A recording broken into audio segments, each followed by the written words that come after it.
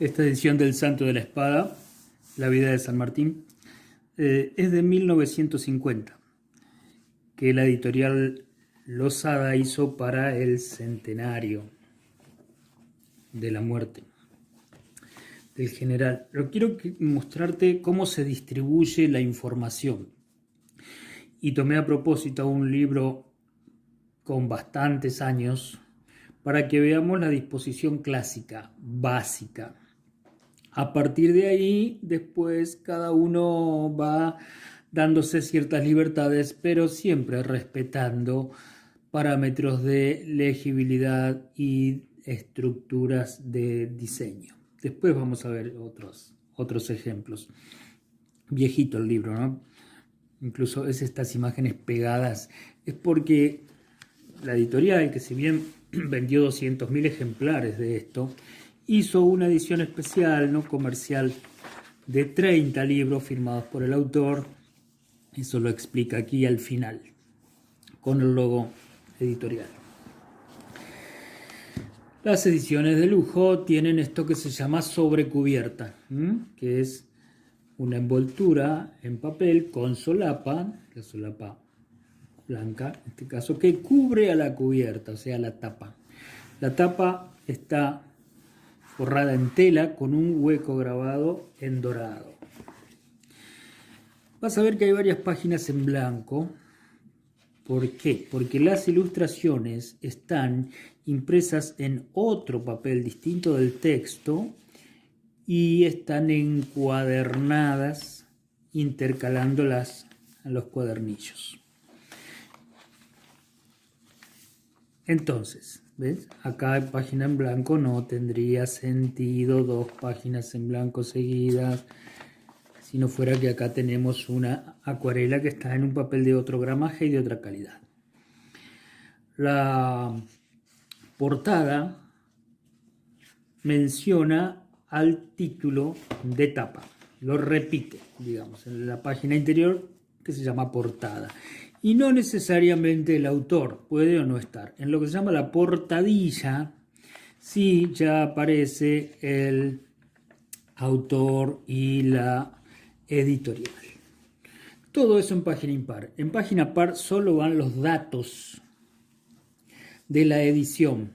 Editorial, cantidad de ejemplares, autor, diagramación, etc.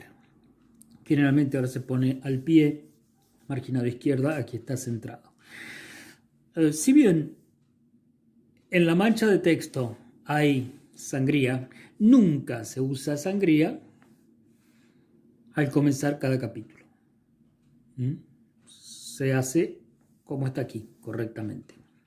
Fíjense el ancho de los márgenes, es decir, lo que rodea la caja de texto.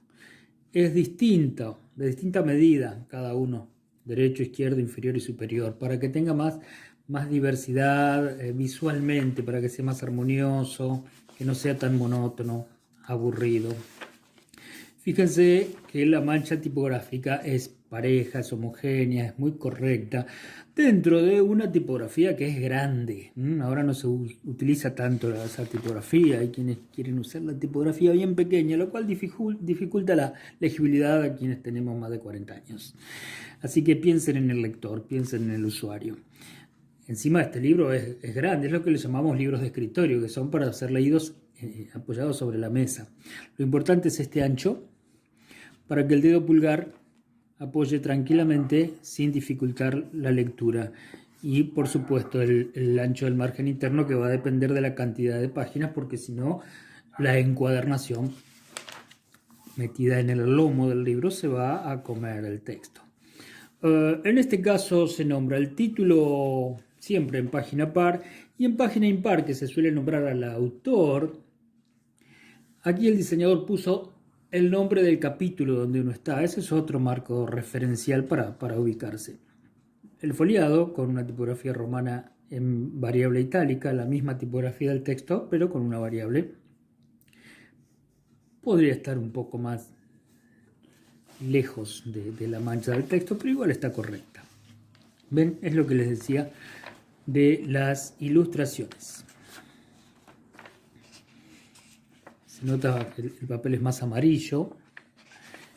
Y al dorso está el título de cada ilustración.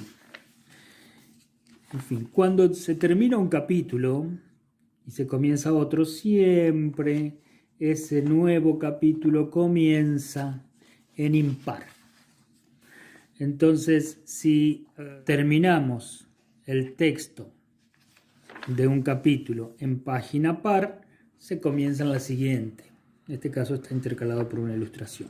Si terminamos en página impar el texto de un capítulo, queda libre la página par siguiente y siempre se comienza en página derecha. En fin, esas son las partes del libro. Una muy buena edición. Estos ejemplares que te hablo, de los 30 ejemplares, hay uno en el Museo San Martiniano, otro en el Museo Histórico de acá en Buenos Aires. Las ilustraciones me llaman la atención que no sean tan... No me movilizan tanto, no me parecen algo extraordinario. Si bien están realizadas por Antonio Berni, no quiere decir que, a ver, con esto no seamos simplistas, no quiere decir que a mí no me guste Berni, todo lo contrario. Pero digo, este trabajo que hizo y es bastante básico, llama la atención, tal vez lo hizo, qué sé yo, a las apuradas.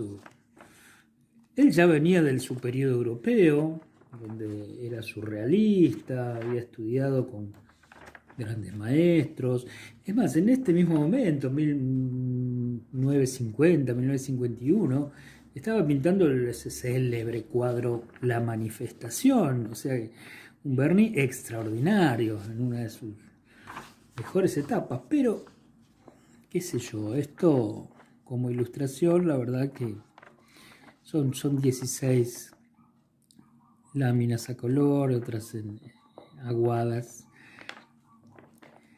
en fin. Pero lo importante es que veamos la diagramación. Esto es una tipografía capitular. Piensen que esto no está hecho con computadora. En 1950 era todo con el sistema antiguo.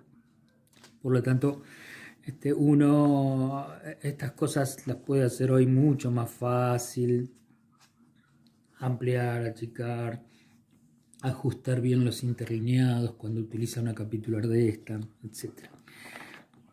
Pero bueno, estos son los elementos básicos, fundamentales que hay que tener en cuenta, y a partir de ahí uno puede diseñar y diagramar correctamente un libro, en este caso, y después con ese conocimiento sí, después darse todas las libertades que quiera, de acuerdo al tema, de acuerdo a los autores, a la colección que vaya a diseñar, pero como siempre decimos, para violar las leyes hay que conocer muy bien las leyes.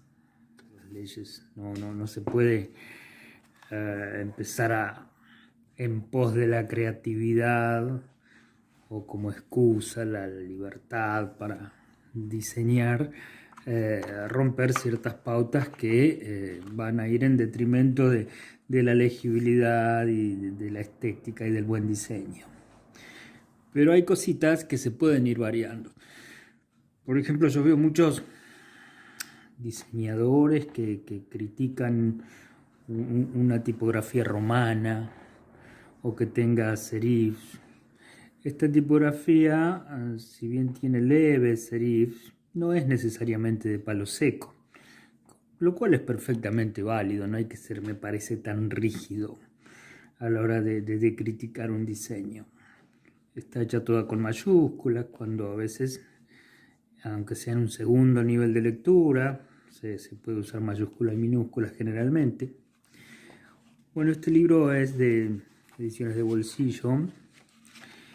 En realidad, esta edición es una producción más pequeña del libro de escritorio, que es mucho más grande, es más del doble de tamaño, por eso la tipografía pequeña. Pero en fin, fíjate que acá también transgrede lo que se usa normalmente, que es un resumen en contratapa. La contratapa la deja libre. A veces los registros se hacen después de impreso, por eso está el código de barras puesto en una etiqueta, no está impreso en el libro. Pero el resumen está aquí en una solapa ancha. No siempre se imprimen con solapa los libros porque eso encarece el costo. La portada, arriba, pequeña, que te decía que repite el título de la obra, portadilla con el autor y la editorial en página par los créditos que figuran todas las ediciones anteriores, incluso de otras editoriales. Fíjate que acá pone en página impar el índice y lo continúa en página par en vez de hacerlo en páginas enfrentadas. Lo que está haciendo es respetar esta consigna de poner los créditos en página par. Comienza el texto propiamente dicho, mantiene la constante que veíamos aquí en la portada, ¿sí? Digo, la mantiene en cuanto a la diagramación. Esto es el prólogo. Fíjate algo acá que es interesante. Bueno, establece esta caja para texto y todo este espacio para poner los títulos. Y una columna para lo que suelen ser notas marginales. Él lo pone como epígrafe de las imágenes, referencia de las obras. Y algo muy interesante acá, porque en general el diseñador que hace, analiza la mancha para que quede armoniosa, este desflecado cuando es un marginado izquierda. La relación entre estos excedentes del texto con la contraforma, que sea algo armónico.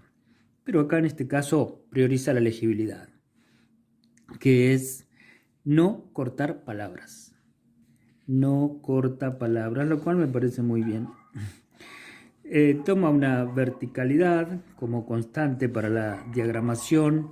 En este caso, fíjate, ¿ves? Todos los epígrafes están en esa columna marginal. Y cuando es en página impar el epígrafe, también lo pone en la columna izquierda, es decir, acá está en el exterior y aquí queda en el interior, no está trabajando en forma espejada como suele diagramarse, seguramente porque no quedaría bien visualmente una contraforma desflecada enfrentada con un margen aquí, el margen izquierdo.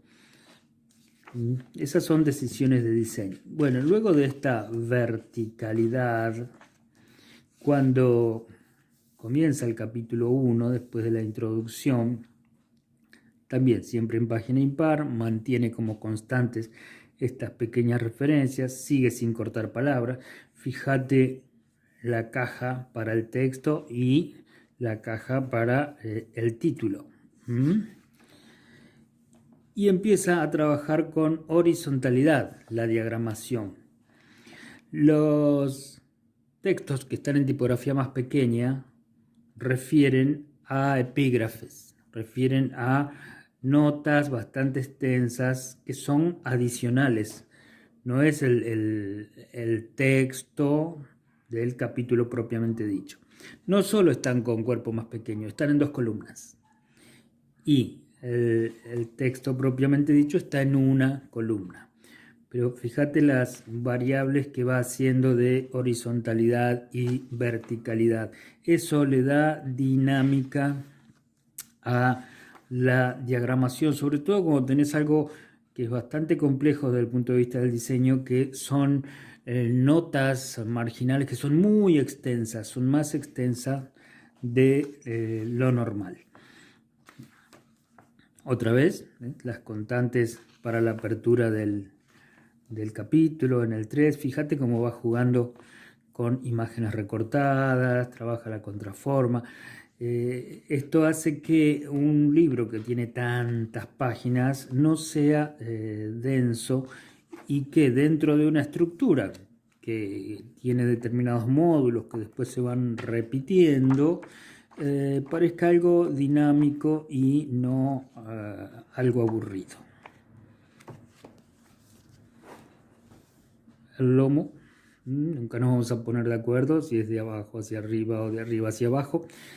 Lo que sí siempre es así, vertical. Y lo que se pone derecho es el isotipo de la editorial.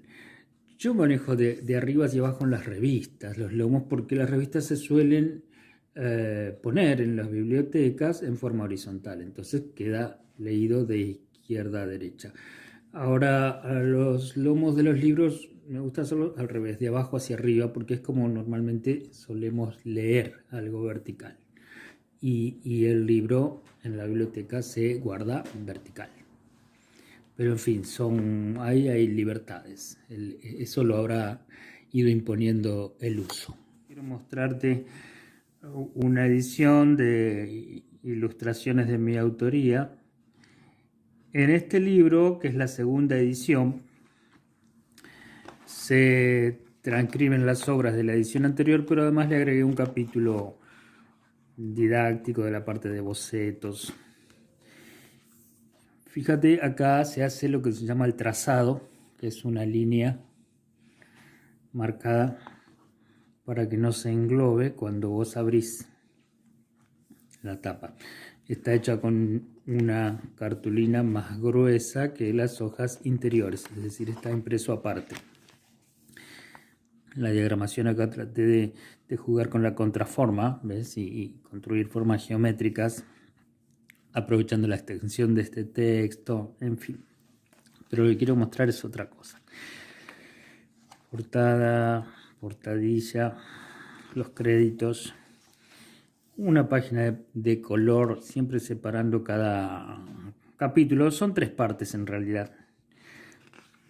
Donde tengo la primera parte, que es los bocetos previos, las diagramaciones, empecé a poner variables que consisten en inclinar las viñetas simplemente para hacer algo más dinámico dentro de una estructura que de por sí es estática, porque es mostrar hojas que de por sí son rectangulares con epígrafes explicativos. Entonces, visualmente de por sí el contenido no es muy dinámico.